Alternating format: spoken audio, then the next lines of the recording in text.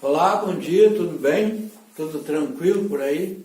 Chegamos na nossa sexta-feira, que nós tanto esperamos, né? Esperamos para quê, né? Mas agora a gente já está meio livre da pandemia, aquele negócio de ficar socado dentro de casa e um monte de coisa. Aliás, hoje eu tenho um vídeo muito interessante, que é do Dr. Loyola, que ele deu uma entrevista para o jornalista, aquele cara da Globo, Lacombe, muito esclarecedor. O que foi essa pandemia? Muito interessante tu ver uma pessoa com conhecimento, tranquilo, um médico, ser entrevistado pelo grande jornalista. A gente vai colocar um pedacinho, só um pedaço que interessa, mas não agora, depois, né? Mas me lembrei agora sobre a pandemia, falando assim, o que nós vamos fazer no fim de semana? Olha, eu, por exemplo, na minha comida de sexta-feira, eu vou fazer hoje um churrasco. São 2 costelas boas, só para mim e para a Nani. O pessoal, o meu filho mais velho casou, é casado, não vai jantar aqui, talvez sábado. O mais novo também mora aqui em casa, mora lá na Paragem dos Verdes Campos e tal. E nós ficamos sozinhos. E a tendência é os pais ficar meio sozinhos mesmo, né? Só recebe as visitas, os netos, coisa boa. Mas a gente vai fazer um churrasco e dar uma passeada, que agora está mais liberado. Apesar que eu nunca deixei de pegar meu carro no auge da pandemia e dar uma volta por aí com a Nani, né? Via Gramado, Canela, sei lá. Andava por aí, desapareceu um pouco. Não que eu andasse nem no meio do público, não. A gente passeava. Às vezes chegava em Gramado, não tinha nenhum restaurante aberto. Canela também, Nova Petrópolis também, não tinha nem quase onde comer, bem no auge, ali no começo, né? Mas então a gente vai começar falando aí numa feijoada que eu fui convidado. Feijoada amanhã, né? Dia 29 é domingo. 29 de agosto, feijoada lá no CTG, Laço da Amizade, é benemerente, o pessoal vai buscar e eles ajudam muita gente, né? Retirada das 10 às 14 horas. Pô, tem um bom período aí, lá no CTG, Laço da Amizade, no Parque dos Anjos, R$25 o quilo, tá bom? Abraço pessoal do CTG, Laço da Amizade. Uma notícia que eu preciso confirmar, mas 2 pessoas me comentaram aí, que o Colégio Nossa Senhora dos Anjos, também conhecido por Gença, estava sendo vendido. Eu não posso confirmar, não posso, né, dizer que sim, dizer que não, mas onde há fumaça há fogo, e não é impossível, improvável que isso aconteça. Tem uma série de fatores que isso possa estar acontecendo, mas durante a semana que vem eu vou confirmar com a direção, com a Senec de Brasília, seja onde for, se o Colégio Nossa Senhora dos Anjos está sendo vendido ou não. E isso não quer dizer que é ruim ou é bom, eu acho até que é bom. Se não está dando certo uma coisa bacana, de tradição, como é o Colégio Nossa Senhora dos Anjos na mão de algum grupo de pessoas, que vá para as mãos de outros e que melhore o nosso Colégio Nossa Senhora dos Anjos. Outro assunto que eu gostaria de registrar aí no início do nosso programa, e até parabenizar a Fiergs, né, a Federação da Indústria do Rio Grande do Sul. Olha só, consultor gaúcho Frederico Berentes, 96 anos, isso mesmo, 96 anos, é contratado para o novo período pela Fiergs. Olha só, e ele é entendido, um cara. A Fiergs acaba de renovar o contrato que mantém com o empresário gaúcho Frederico Berentes, consultor internacional de empresas. Berentes tem 96 anos e seguirá como coordenador do grupo temático de negociações internacionais. Olha, não é coisa muito de brasileiro, né? Parabéns aí ao Gilberto Petri e todos os meus amigos lá. O Petri é presidente da Fiergs, meu amigão de muitos anos, e todo o corpo administrativo, diretivo da Fiergs, principalmente o Petri, por ter reconduzido esse consultor de 96 anos. Isso me faz pensar no Japão, né? O Japão valoriza muito, outros países também valorizam muito a pessoa da melhor idade, terceira idade, da boa idade, não sei como é que eu digo, porque aqui no Brasil todo mundo acha, não dá bola, não conversa, não dá importância. O velho parece que tem que ficar atirado num canto, e muitas vezes uma pessoa mais velha sabe, olha aí, sabe muito e muito mais do que muitos jovens que o desdenham. Mas a Fiergs é uma instituição bastante evoluída e viu que o importante na vida é tu ter ao teu lado quem conhece e não quem diz que conhece. Tá certo? Então nós vamos aqui também fazer um comentário com vocês aí, já na questão lá de Brasília. Interessante isso aqui. Se instalou uma quadrilha para tentar vender ao governo vacinas, diz esse que foi agora lá entrevistado, que foi sabatinado na CPI da Covid, né, Jorginho Melo, e eu concordo com ele de que se instalou, mas não se instalou agora no governo Bolsonaro. O que eu sei, o Ministério dos Transportes, depois eu vou falar um negócio sobre o Eliseu Padilha, mas mais por fim. Só me lembrei dele agora. Mas tem mais, gente. O Ministério dos Transportes, o Ministério da Saúde, em governos, aí no mínimo nos últimos 30 anos, sim, rodeia esses ministérios, entre outros, pessoas que se aproximam, principalmente o Ministério da Saúde. Imagina agora na pandemia, não precisava nem fazer licitação, não tomada de preço, absolutamente nada, estava liberado por causa da pandemia, comprava lá 1 bilhão de vacina, pode comprar, pode empenhar. Claro, pode ter havido tentativa de corrupção lá nas conversas dos lobistas, nos bares, nos restaurantes, com alguém do governo, não sei, mas comprar e se efetivar a corrupção, como houve nos governos petistas, no governo do Temer, no governo do FHC e outros governos anteriores, não. Nesse governo, pelo menos, nada ficou provado. A CPI estava louca, né, da Covid, do circo, se lembra, para pegar qualquer coisinha no governo Bolsonaro, mas não pegaram absolutamente nada de corrupção. Pode ter sido ameaça de corrupção, pode ter sido, mas corrupção, como foi nos outros governos, não. Outra coisa que eu queria... um assunto. Eu estava falando que essa semana nós tivemos ótimas notícias, como foi a questão aí do Becker, né, anunciando a nova emergência, a UTI, enfim, diversas notícias boas de Cachoeirinha, da Prefeitura de Porto Alegre, enfim. Mas também, em termos de mundo, nós tivemos notícias não muito boas.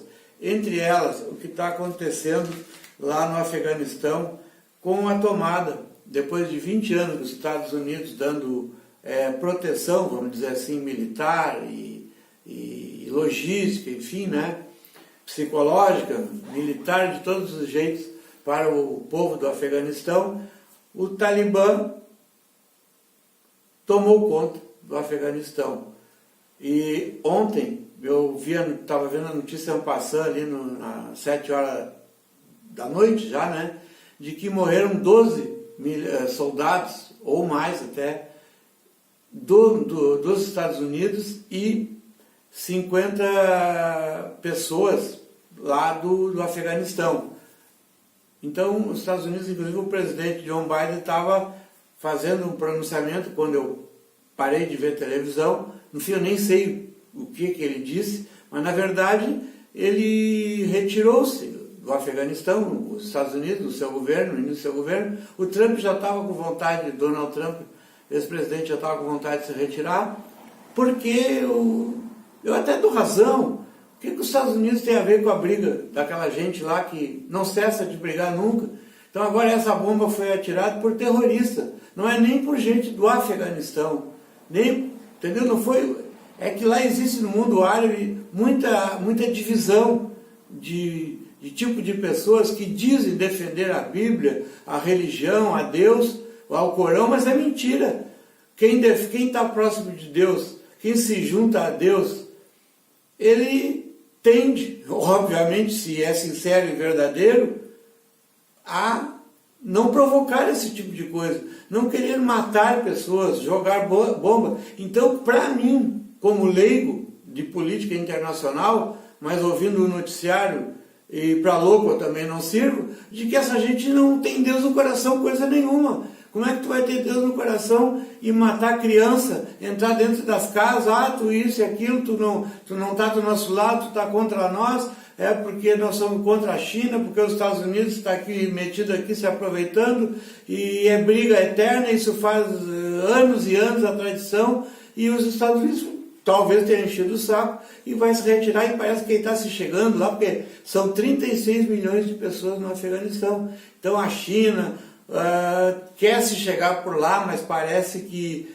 o novo governo do Afeganistão, que são tudo um bandido também, igual, olha gente, até me lembro, Deus que me perdoe, mas vou falar uma coisa para vocês aqui. Há uns anos atrás tinha um partido político dirigido Gravataí e depois também em Cachoeirinha, que tem uma parecência muito grande com as atitudes, com a ruindade, com a maldade, com a frieza, que dizem que tem Deus no coração, vão para a igreja ali, Nossa Senhora dos Anjos rezar, tudo mentira, tudo falso. Depois sai para a rua, sentam na cadeira da prefeitura a fazer maldade com os outros. Então, o Afeganistão, os terroristas de lá, fazendo um paralelo, tem muita semelhança com os terroristas que já tiveram na prefeitura de Gravataí, e tomara que nunca volte. Mas voltando o assunto de lá, vai ser divertido. Se não fosse triste a desgraça que o povo afegão é bom, são 36 milhões de pessoas, quem não presta é como o governo da China, é a diretoria, é o governo, e quem não presta no Afeganistão são a direção, são o novo governo que se instalou no Afeganistão. Então, eu quero ainda me divertir muito quando esses árabes, esses terroristas, esses afegãos expulsarem a China lá do território deles, que estão chegando para explorar petróleo e as riquezas que aquele povo ainda tem. Eu fico muito triste, é uma desgraça total, com a morte de crianças inocentes, o povo em si, que nem sabe o que está acontecendo, está desesperado, se pendurando em avião para sair voando e sair daquilo ali imediatamente, pedindo, por amor de Deus, socorro, atirando os filhos para que o avião americano leve para qualquer lugar, porque lá as crianças vão acabar morrendo. Isso aí é 2021, e nos séculos que nós vivemos, esse tipo de gente, isso é o maior atraso, isso é ruindade, e não venha usar o Alcorão, a Bíblia, Deus, seja o que for, em nome de Deus para fazer maldade. Em nome de Deus só se faz bondade.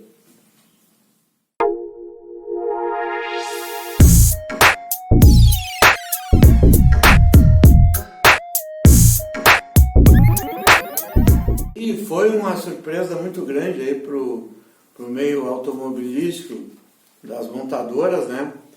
Que Carlos Zarlenga deixa a montadora em meio à crise dos chips.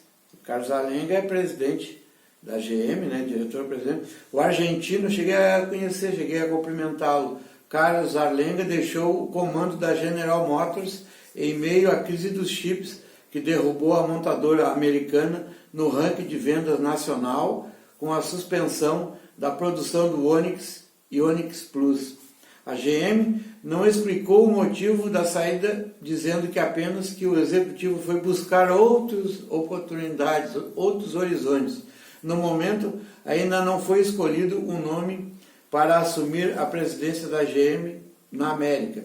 Desde 2019, no comando da filial regional da montadora de Detroit, Zarlenga assumiu quando a GM disputava a liderança do mercado com a Fiat, tendo o Onix como líder absoluto do mercado, enquanto o irmão Onix Plus sangrava-se na sedã mais vendido do Brasil. Sagrava-se como o sedã mais vendido do Brasil. Mas aqui abaixo, tendo iniciado a eletrificação para a chegada do Bolt, Zarlenga viu também a energia financeira da montadora se esvair em um prejuízo bilionário.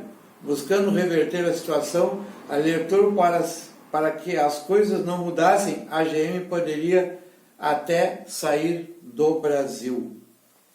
Né? A situação mundial nessa questão aí do chip, né, que não tem para todo mundo fabricar os carros, peça, como é que vai fabricar automóvel se a indústria internacional, não sei, parece que 4 países que fabricam esse chip estão entregando para aqueles que eles acham que devem entregar, sei lá, realmente respingou no Brasil, e eu espero que não respingue em Gravataí. Achei muito interessante essa semana que a RBS entrevistou o Gilmar Mendes.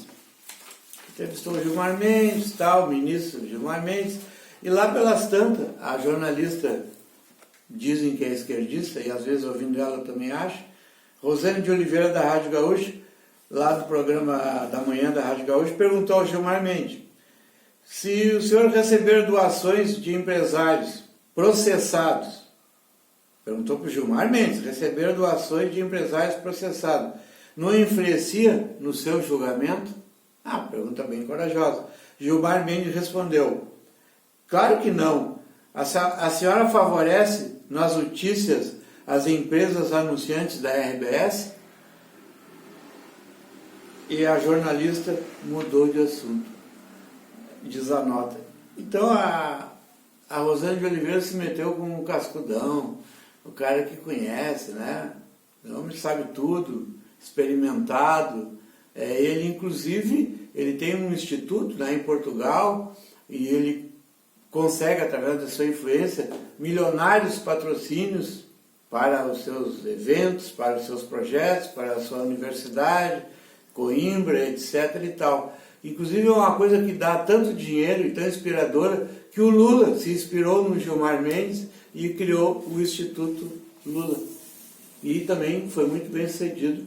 Não fosse todas as coisas que aconteceu, que a Operação Lava Jato levantou, mas que ele está sendo liberado pelos parceiros do STF. Portanto, a investigação toda que foi feita, embora houvesse, claro, as corrupções que aconteceu com doação da Odebrecht para o Instituto Lula, e que copiou o esquema do Gilmar Mendes, provavelmente não vai acontecer nada nem com Lula, nem com Gilmar Mendes, e esse é o nosso país. Nosso país está muito mal na questão do cumprimento da legislação. Aliás, essa Constituição de 88, que o Ulisses Guimarães bradava, Constituição cidadã, Constituição do Brasil, nós estamos salvos ali. A Constituição do Brasil, ela é talvez para mim uma das piores do mundo, porque ela não definiu nada nos seus artigos. Cada artigo que tem, praticamente tem muitas interpretações. E por ter muitas interpretações da nossa Constituição, os 11 ministros e qualquer juizinho aí pode interpretar 10, 20, 30 maneiras de acordo com o seu gosto, de acordo com o freguês. Então a nota 0 para a Constituição de 88, ela não adiantou de coisa nenhuma, por sinal, deu muitos direitos e poucos deveres e muita chafurda jurisdicional. É a minha opinião. E eu aqui, por fim, vou falar do que eu comecei a falando, dizendo que é o seguinte, o Eliseu Padilha, o Paulo Bernardo, que foi ministro da Dilma, não sei se o Padilha foi ministro do Lula, será que foi? Eu não duvido, amigo dele ele era. Ficou parceiro, o Lula queria matar o Padilha no início do seu governo, depois de um hora para outro ficaram amigos. O que será que uniu eles, né? O que será que uniu eles? Mas o Padilha foi ministro do FHC. Ele mandou no governo do FHC. Entendeu? Então agora, por causa do Transurb, das obras do Transurb e o próprio Transurb, Sapucaia, né? Começa em Sapucaia e vai até São Leopoldo, houve ali, o Ministério Público indiciou o Eliseu Lemos Padilha, também o Marco Maia. Bom, esse Marco Maia, isso aí é fora de série, para meter a mão, né? Foi presidente da Câmara Federal. Quer dizer, como nós já tivemos gente boa, presidente da Câmara Federal, por exemplo, e agora, ultimamente, eu sempre digo isso, como as pessoas estão definhando moralmente, é uma coisa impressionante. Gente, se comparar o Nelson Marquesan com o Marco Maia, não dá para comparar. Nelson Marquesan foi presidente da Câmara Federal Gaúcha. Marco Maia, presidente da Câmara Federal. Qual é o que vocês acham? Que é homem, sério, bacana, conduta libada? Não sei nem responder, né? Claro que não, é o Marco Maia. Então o Eliseu Padilha, que eu sei que tem boas relações aqui na Grande Porto Alegre, é um homem baita de um tribuno, já deve lá com seus 80 anos, mas ele sempre foi um exímio político, fala muito bem, começou em Tramandaí meio pobre, ficou milionário. Ele é um exímio CEO dele mesmo e nas relações com o poder público, ele sempre soube fazer. Mas como nada na vida é perfeito, às vezes as coisas dão errado. E nesse papel aqui, nessas transações aqui, em que eles foram, ele, o Maia e o Bernardo, entre outros, se envolveram para ganhar dinheiro fácil, segundo o Ministério Público, segundo o indiciamento, não deu certo. E quem a raposa de tanto ir no moinho, um dia suja o focinho, entendeu?